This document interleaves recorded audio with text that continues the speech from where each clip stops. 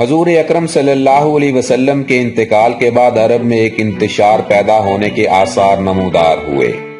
اس میں بعض لوگوں نے دعوی نبوت اور بعض نے انکار زکوٰۃ کے ذریعہ اس انتشار کو تقویت پہنچانا چاہی، لیکن حضرت ابو بکر صدیق رضی اللہ تعالی عنہ کی سیاسی بصیرت اور انتظامی صلاحیت نے اس صورتحال کو کنٹرول کر لیا۔ اس سلسلے میں جو آپ کی کاوشیں بروئے کار آئیں، انہیں جنگ ارتداد کے نام سے تاریخ میں محفوظ کیا گیا ہے۔ مزید تفصیل یہ ہے کہ آن حضرت صلی اللہ علیہ وسلم کی حیات طیبہ کے آخری 2-3 سالوں میں لوگ جوق در جوق دائرہ اسلام میں داخل ہونے لگے۔ ان 2-3 سالوں میں اسلام عرب کے گوشے گوشے میں پھیل گیا اور جہالت و گمراہی کی تاریکیوں کے بادل چھٹ گئے۔ روشن دن طلوع ہوا اور رات کا اندھیرا غائب ہو گیا، مگر ابھی اس نور الہی کو استحکام حاصل نہ ہوا تھا کہ انوار کا شمس الضحیٰ غروب ہونے لگا۔ عرب عوام نئے نئے اسلام سے روشناس ہوئے تھے، تربیت کی ضرورت تھی مگر وہ نہ مل سکی، صورتحال بدل چکی تھی مگر سیرت تبدیل نہ ہوئی تھی۔ عصبیت کے شرارے دل کی تہوں میں دبے پڑے تھے، چوری، رہزنی، قمار بازی، شراب نوشی، فحاشی کا ترک گراں گزر رہا تھا۔ ادھر آفتاب رسالت صلی اللہ علیہ وسلم غروب ہوا، ادھر جہالت کی تاریکی نے ہاتھ پاؤں نکالنے شروع کر دیے۔ حجاز کے سوا سارا عرب اس تاریکی میں ڈوب گیا۔ نئے نئے مصنوعی ستارے جگنو بن کر اٹھے اور تاریکی شب کے سہارے چمکنے لگے۔ مرتدین نے زکوٰۃ دینے سے انکار کر دیا۔ ایک وفد حضرت خلیفہ اول جناب ابو بکر صدیق رضی اللہ تعالی عنہ کی خدمت میں بھیجا کہ زکوٰۃ سے ہمیں مستثنا قرار دیا جائے۔ حضرت صدیق اکبر نے صحابہ کرام سے مشورہ طلب کیا، سب نے یہی رائے دی کہ فی الحال ان کا مطالبہ مان لیا جائے۔ جب حالات سازگار ہو جائیں گے اور حکومت کو استحکام حاصل ہو جائے گا تو یہ خود بخود زکوٰۃ دینے لگیں گے۔ حضرت عمر رضی اللہ تعالی عنہ کی رائے تھی کہ ہر کلمہ گو مسلمان ہے اور مسلمانوں کے خلاف جہاد نہیں کیا جا سکتا۔ حضرت صدیق اکبر رضی اللہ عنہ نے فرمایا، خدا کی قسم جو لوگ نماز اور زکوٰۃ میں تفریق کریں گے میں ان کے خلاف جہاد کروں گا۔ دین حق مکمل ہو چکا ہے، اب اس میں کوئی رد و بدل نہیں ہو سکتا۔ یہ ناممکن ہے کہ میری زندگی میں مذہب کے ارکان میں رخنہ پیدا ہو سکے۔ یہ سن کر تمام صحابہ کرام نے آپ سے اتفاق کیا۔ مرتدین کا وفد مسلمانوں کی قلیل تعداد اور بے سر و سامانی کو اپنی آنکھوں سے دیکھ چکا تھا۔ انہوں نے اپنے قبائل میں پہنچتے ہی اپنے ساتھیوں کو مدینہ پر حملہ کے لیے آمادہ کر لیا۔ چنانچہ وفد کی واپسی کے تیسرے روز ہی طلحہ نے مدینہ پر چڑھائی کر دی تاکہ مدینہ کو فتح کر کے عرب کی بادشاہت کا تاج اپنے سر پر رکھ لے۔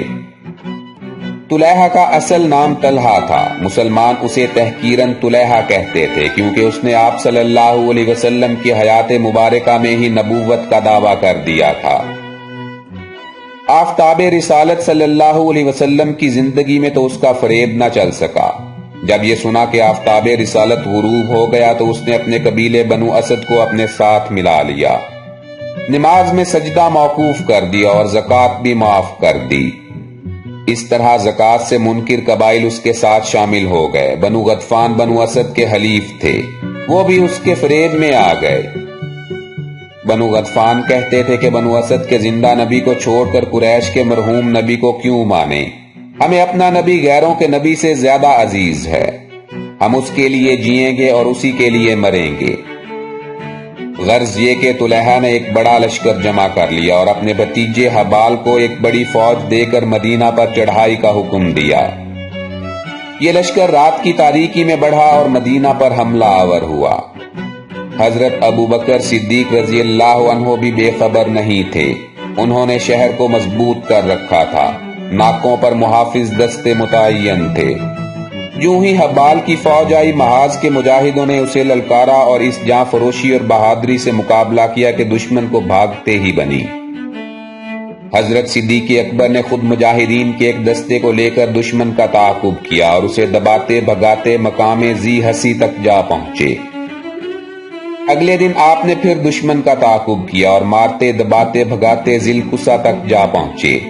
چونکہ مرکز خلافت خالی تھا اس لیے آپ نے ایک دستہ کو وہاں چھوڑا اور واپس آ گئے۔ مدینہ پہنچتے ہی خبر ملی کہ ابس اور زیبان کے مرتدین نے وہاں کے مسلمانوں پر سخت مظالم توڑے اور انہیں نہایت بے دردی سے شہید کر دیا۔ یہ خبر سن کر آپ کا چہرہ غضبناک ہو گیا۔ آپ نے قسم کھائی کہ مشرکین نے جس قدر مسلمانوں کو شہید کیا ہے، جب تک اتنے یا اس سے زیادہ مشرک قتل نہ کر لوں گا چین سے نہ بیٹھوں گا۔ حبال کی شکست سے مسلمانوں کے حوصلے بلند ہو گئے اور مشرکین پر رعب بھی طاری ہو گیا۔ چنانچہ بعض مقامات سے زکوٰۃ بھی آنے لگی۔ اسی اثناء میں حضرت اسامہ بن زید رضی اللہ عنہ کا لشکر بھی واپس آ گیا۔ حضرت صدیق اکبر نے اس لشکر کو آرام کے لیے فرمایا اور خود مجاہدین کا ایک دستہ لے کر طلیحہ پر حملہ کے لیے چل دیے اور اس کے لشکر پر ایک کاری ضرب لگا کر واپس تشریف لے آئے۔ اس دوران لشکر اسامہ بھی سستا چکا تھا۔ آپ نے اس لشکر کو ساتھ لیا اور ذی القصہ پہنچ کر 11 دستے ترتیب دیے اور انہیں مختلف علاقوں کی طرف بڑھنے کا حکم دیا۔ انہی میں سے ایک دستہ کا سالار حضرت خالد بن ولید رضی اللہ عنہ کو مقرر فرمایا۔ مجاہدین کے ہر دستے کو ایک فرمان عطا کیا گیا جس میں مخالفین کو اسلام لانے کی ترغیب دی گئی۔ یہ فرمان باغی قبائل میں حملہ سے پہلے بھیجنے کا حکم تھا کہ جب کسی قبیلہ کے پاس پہنچے تو وہاں آذان دیں۔ جو لوگ آذان سن کر جمع ہو جائیں انہیں یہ فرمان سنایا جائے، مان لینے والوں کو امان دی جائے اور باغیوں کو سزا تک پہنچایا جائے۔ طلیحہ اپنے عظیم لشکر کے ساتھ بزاخہ کے مقام پر خیمہ زن تھا۔ حضرت خالد اس کی سرخوبی پر مامور ہوئے۔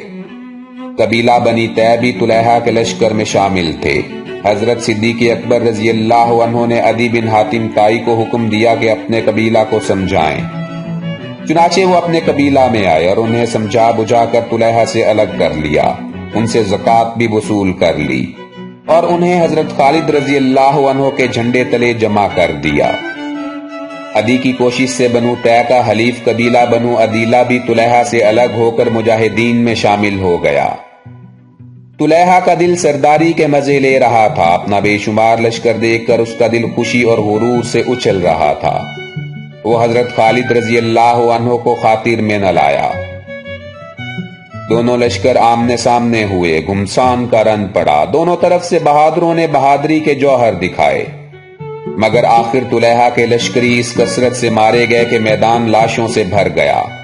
اس کے سردار بار بار اس کے پاس آتے اور فتح کے بارے میں پوچھتے۔ وہ کچھ دیر تو انہیں احمق بناتا رہا مگر آخر حواس باختہ ہو گیا۔ اس کے لشکری مجاہدین کی تلوار کا کاٹ دیکھ کر گھبرا گئے اور منتشر ہونے لگے۔ یہ دیکھ کر طلیحہ نے اپنی بیوی کو سواری پر بٹھایا اور بھاگ نکلا۔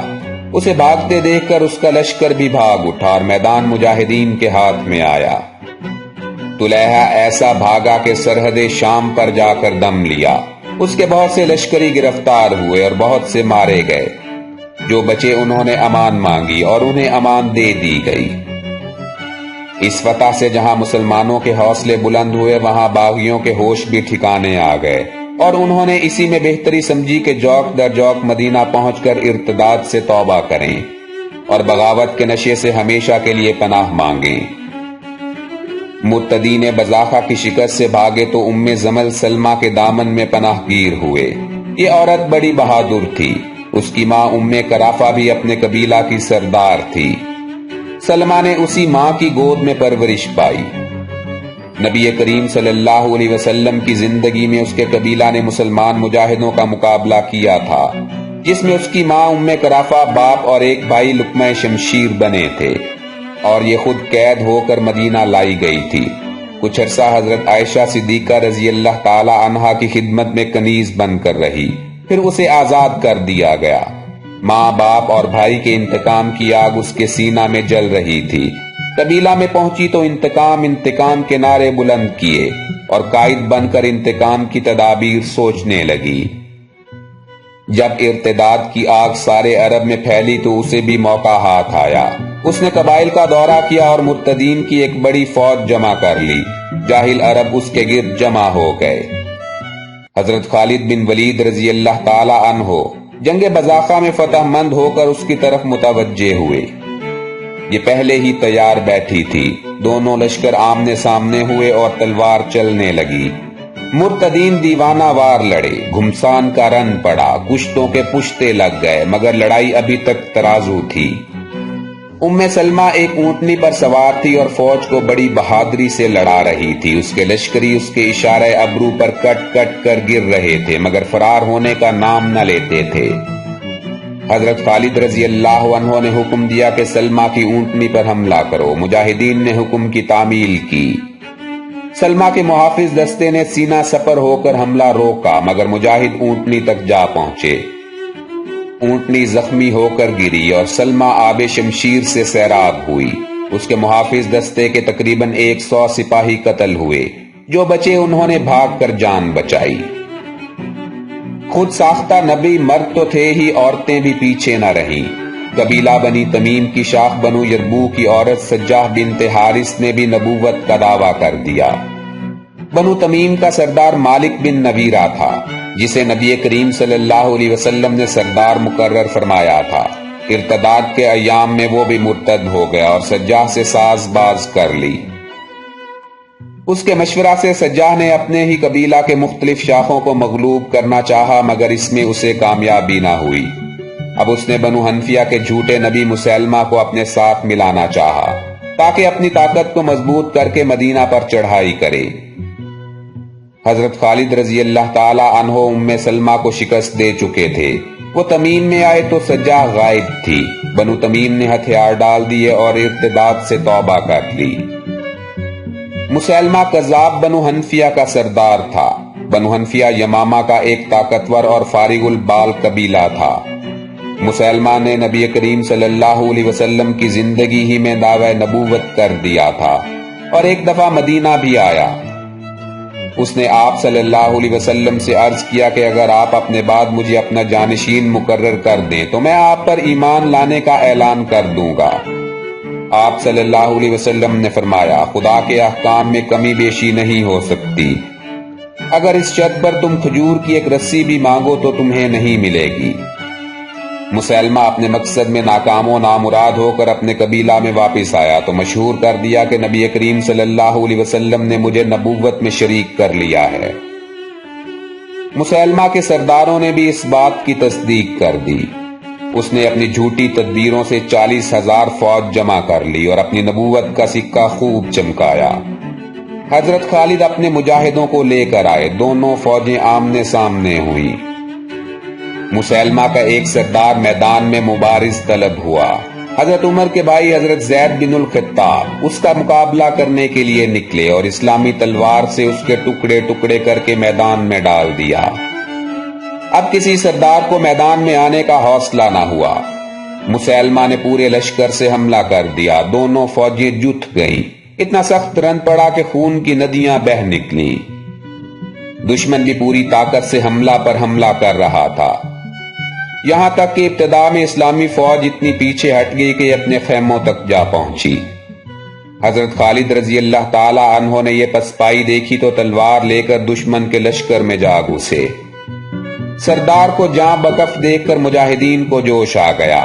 اب کسی کو اپنی جان کی پرواہ نہیں تھی۔ وہ بڑھے اور دشمن کے سینہ پر چڑھ گئے۔ نعرہ تکبیر سے میدان گونج اٹھا۔ میدان لاشوں سے پٹ گیا۔ آخر مسیلمہ شکست کھا کر بھاگا اور ایک باغ میں جا چھپا۔ اس کا باقی ماندہ لشکر بھی باغ میں محصور ہو گیا۔ دشمن نے باغ کے دروازے بند کر لیے۔ مجاہدین دیواریں پھلانگ کر اندر کود گئے اور دشمن کو گاجر مولی کی طرح کاٹنے لگے۔ مسیلمہ مارا گیا۔ باغ میں لاشوں کے ڈھیر لگ گئے۔ آخر مرتدین باغ سے بھی بھاگے اور قلعہ میں پناہ لی۔ حضرت خالد رضی اللہ تعالی عنہ نے اس قلعہ کو بھی گھیر لیا۔ اب مرتدین میں دم نہیں تھا۔ انہوں نے امان مانگی اور ارتداد سے توبہ کر کے اسلام قبول کر لیا۔ یمن کے ایک قبیلے نے بھی مرتد ہو کر بغاوت کی۔ اس قبیلہ کا سردار سود انسی تھا، جو نبوت کا دعویٰ دار تھا۔ اس نے یمن پر اپنی حکومت قائم کر لی تھی۔ اس کے اپنے ہی کچھ سردار اس کے مخالف ہو گئے اور آخر اسے قتل کر دیا۔ اس کے خاتمہ سے ارتداد کا زور بالکل ٹوٹ گیا اور مرتدین کے بچے کھچے گروہ خود بخود تائب ہو کر مسلمان ہو گئے۔ اس طرح اسلام کا شجر ایک دفعہ پھر اپنی پوری شان سے لہلہانے لگا۔ اور حضرت صدیق اکبر رضی اللہ تعالی عنہ کی جانفشانی اور قوت ایمانی سے سارا عرب اسلام کی پناہ میں آ گیا اور اسلام کے محافظ حقیقی نے اسے اپنی پناہ میں لے لیا۔ ناظرین، ہماری اسلامک وار سیریز کی مزید ویڈیوز دیکھنے کے لیے چینل سبسکرائب کرتے ہوئے گھنٹی کے نشان کو بھی دبا دیں تاکہ آپ کو ہماری ہر نئی آنے والی ویڈیو کی نوٹیفیکیشن بر وقت مل سکے۔ اپنا بھرپور خیال رکھیے گا۔ اللہ حافظ۔